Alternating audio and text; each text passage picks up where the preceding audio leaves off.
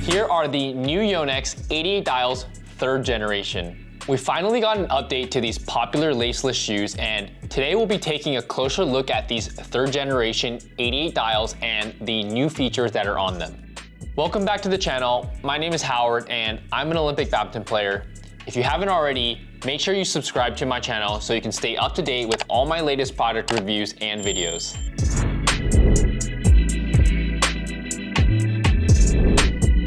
Now, as usual, let's first talk about the design of these shoes. Now, how good do these look? If you're already familiar with the 88 dials, then you know that these rock the laceless BOA Fit system with one dial, similar to the previous Gen 1 and Gen 2s. The biggest design difference between these and the previous generation is the placement of the BOA dial. Previously on the Gen 2s, the dial was kind of on the side of the shoe, while on these new version 3s, the BOA Fit dial is actually on the top flap of the instep area, which is the top area of your foot. One of the main reasons Yonex moved the placement of this dial is because when the dial was on the side of the shoe, sometimes when you were cross-stepping in your footwork, the dial could potentially hit your other shoe. Now that they're on the top area of the shoe, it avoids this cross-stepping problem altogether.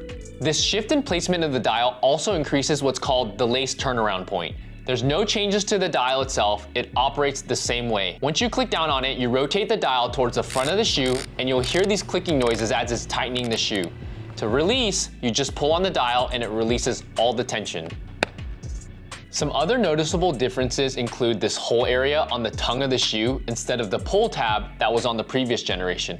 This honestly didn't make too much of a difference for me when I was putting on the shoe, and it didn't feel any different either while wearing the shoe. The heel also no longer has the pull tab, which again, wasn't really a big deal for me. Additionally, these version 3s have more durable skin light material, which not only reduces the weight of the shoes compared to the previous material, but they also appear to be more breathable. You can see here at the toe area of the shoes, there's 2 large vented areas, and then some more vented holes at the very front and on the side areas of the shoe. On the inner of the shoe and the heel areas, there's also a few very small vented holes. Now, let's cover the things that did remain the same on this shoe though. We still have the radial blade outsole. We still have the Power Cushion Plus. And we still have the Power Graphite sheet, which is visible from the bottom of the shoe.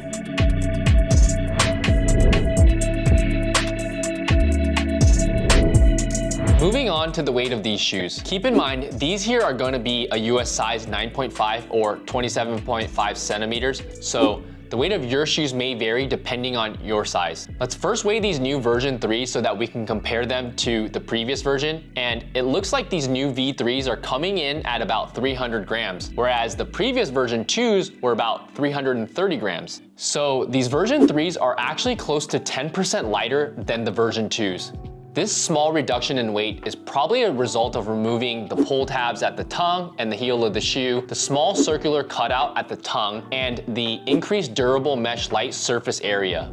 Let's also do a quick comparison of these 88 dials with some of Yonex's other top shoes to get an idea of where they fall in the weight range. As we've seen, Yonex's lightest shoe, the Aris, is about 275 grams. While we have the popular 65 Z3s at about 330 grams. And then my favorite, the Comfort Z3s at about 350 grams per shoe. So we can see that these fall in right between the Aris and the 65 Z3s in terms of weight.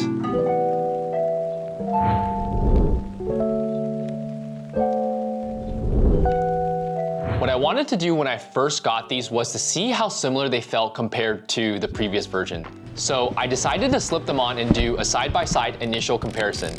I'll tell you, they feel extremely similar. I do feel like these new version 3s feel a bit tighter around the top area because of the relocated placement of the BOA dial. So those of you that felt like the version 2s were slightly too loose on the top area of the foot, you might actually really like these a lot more. They fit pretty true to size for me, and I was able to stick with my normal size, US size 9.5 or 27.5 centimeters. The side and ankle areas are very well cushioned all around, and after a few sessions on court with them, they performed pretty well. Grip was very good as expected with Yonex's radial blade outsole. I would say that these do feel a little wider than the Comfort Z3s that I'm typically used to wearing, and definitely feel more like the 65 Z3s than any of Yonex's other models.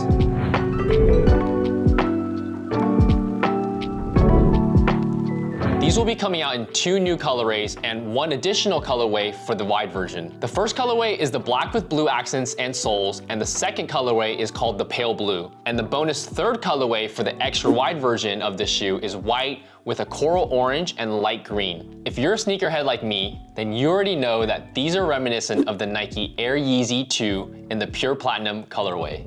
These are going to be unisex, so there won't be different colors between the men's and women's sizes like some of Yonex's other shoes, and the retail price on these are going to be about $150 US, which is in line with the pricing of the previous version. You can expect these to hit retailers at the end of this month, April 2024, so make sure you guys keep an eye out. That's all that I have today for you guys on these new 88 dials. If any of you guys scoop up a pair of these, let me know in the comments below what you think of them, or if you guys have any other questions, and I'll see you guys in the next video. Peace.